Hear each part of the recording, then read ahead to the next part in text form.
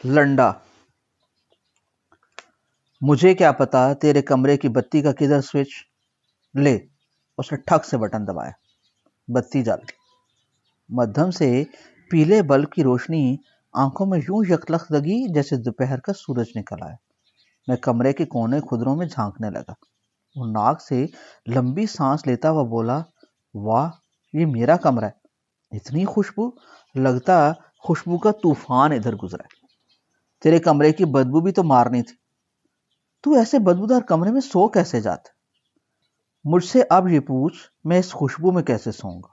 اس نے پھر ہاتھ میں پکڑی چھتری کھولی اور اسے غور سے دیکھ کے بولا، یہ کون سی چھتری؟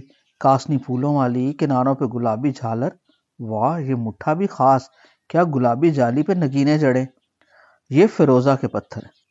مجھے کیا پتا فیروزہ کے ابا، تیری چھتری ہے، تجھ سے نہ پوچھوں تو کس سے پوچھوں؟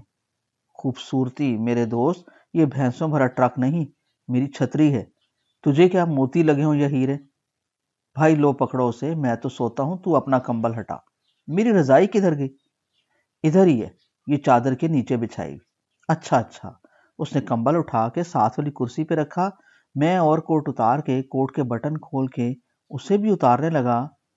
وہ ایک دم میری طرف پلٹا، چھتری تو ہوئی تیری شوقینی، یہ گلابی جھالر والے پھولدار کب سے تو پہننے لگا؟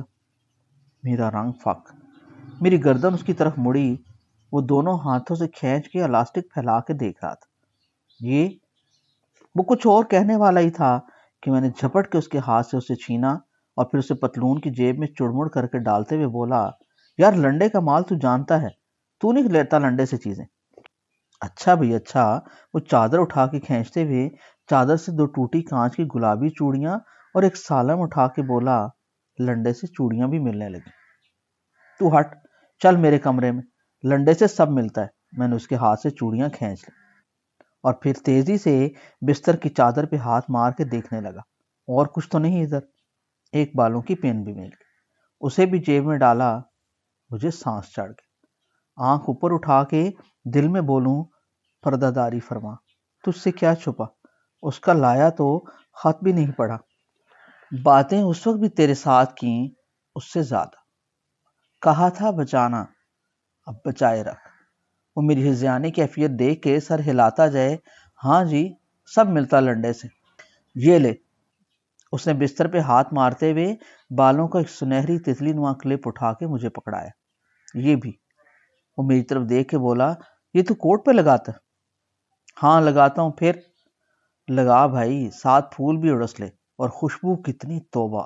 بولتے بولتے اس نے بستر سے میری چادر کے نیچے سے اپنی رضائی نکال لی، جوتے اتارے، کوٹ دیوار کے ساتھ لگی رسی پہ لٹکایا اور ناک سے لمبے لمبے سانس لیتا ہوا بولا، خوشبو تو ہے ہی بہت زیادہ، مگر اس میں جلے ہوئے انڈے کے چھلکوں کی بسان کیوں ہے؟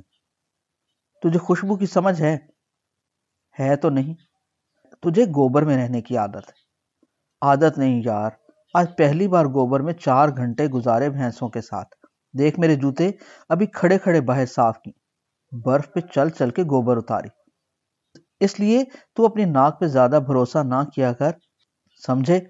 اچھا یار، یہ تو نے کوٹ کے نیچے کون سا سویٹر پہنا؟ میں نے کوٹ اتار کے پہلی بار غور سے دیکھا، میرے گلے میں کہانی کا گہرا کاسنی سویٹر تھا، جس کا 5 انگلی چوڑا جھالر والا نچلا بارڈر تھا۔ اوہ شکر ہے، اوپر کوٹ اور کوٹ کے اوپر اوور کوٹ تھا۔ ہسپتال میں کسی نے غور تو نہیں کیا؟ یہ بھی لنڈے کا مال؟ وہ بولا، ہاں یار، سب مال ملتا ادھر، تو سو جا۔ میں نے جلدی سے وہ سویٹر اتار کے پاس رکھے اپنے کتابوں کے ڈھیر کے ساتھ چھپا دی۔ یار تیرے کمرے میں کتابیں لے کر آیا تھا کہ پڑھوں گا۔ پھر کہانی کوئی پڑھی؟ کدھر پڑھتا، ایمرجنسی سے کال آ گئی، حالانکہ میں آن کال نہیں تھا، بس آج ہی سب ہونا تھا۔ جس کی کال تھی اس کی بھی تیری لاری کی طرح کلچ پلیٹ خراب ہو، وہ بھی کسی بھینسوں کے ٹرک پہ چڑھ گیا۔ میری شامت ٹانکے لگا کے آ رہا ہوں، اوپر سے تو چڑھا ہے۔ فیصلہ آباد جاتے جاتے کہانی کوئی کدھر سے پڑھتا، ساری کتابیں دیکھ اسی طرح بان کی بان۔ اتنی کتابیں تو نے ایک رات میں پڑھ لینی تھی، کوئی ایک تو پڑھ ہی لیتا۔ کال آ گئی۔ میں اپنی کتابوں کو ایک کھلی چادر میں باندھتا ہوا بولتا جاؤں، پھر اپنے ٹخنوں تک اونچے جوتوں کے تسمے کھولنے لگا۔ جوتوں سے پاؤں نکال کے تھکن اتارنے کے لیے انہیں اٹھا کے اس کے بیڈ کی کنی پہ رکھا تو اپنی رضائی سے سر نکال کے اپنی موٹی موٹی بچوں جیسی حیران آنکھوں کو گھماتے ہوئے ٹینٹ پہ ہاتھ پھیرتے ہوئے بہت ہی سنجیدگی سے پوچھنے لگا، یار لنڈے میں ایک ڈیزائن کی جرابیں نہیں ملتی؟ میں نے بجلی کسی تیزی سے پیروں کی طرف دیکھ کے انہیں بیڈ کی کنی سے نیچے اتارا۔ میرے ایک پیر میں میری نیلی جراب تھی، دوسرے پاؤں میں کاسنی جراب پہ گلابی پھولدار جھالر لگی تھی۔ اور یار تو میری جان چھوڑ سو جا، میں لنڈے کی بات کر رہا ہوں۔ ہاں، لنڈے میں ہر ڈیزائن کی جرابیں ملتی۔ اتنی دیر میں کسی کے سیڑھیوں سے اوپر چڑھنے کی مدھم مدھم آواز آنے لگی۔ میرا دل دھک دھک ہونے لگا۔ پھر کوئی بالکونی پہ چلتے ہوئے قدم محسوس ہوئے، میرا دل بیٹھ گیا۔ یحییٰ نے بھی رضائی سے پہلے اپنی ٹینٹ نکالی، پھر چہرہ نکال کے بولا، لگتا یہ تیرا لنڈا بازار پہنچ گیا۔ اتنے میں دروازے پہ دستک ہوئی، ٹھک ٹھک